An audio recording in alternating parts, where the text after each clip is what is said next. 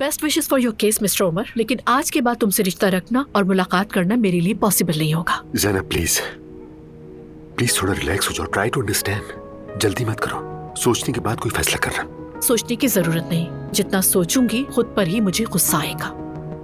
Good bye.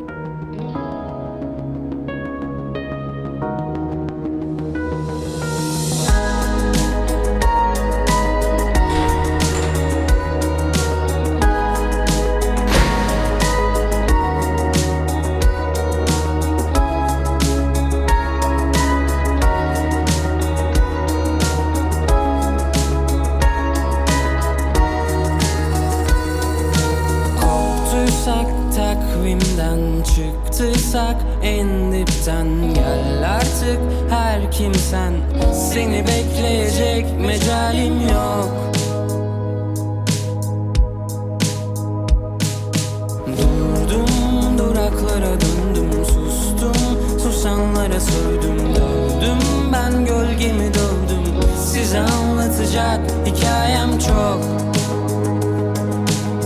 Seni bekleyecek mecalim yok.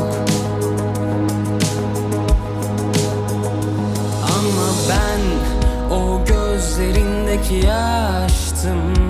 Toprağa düştüm, çiçek açtım. Kopardılar yine kollarına kaçtım.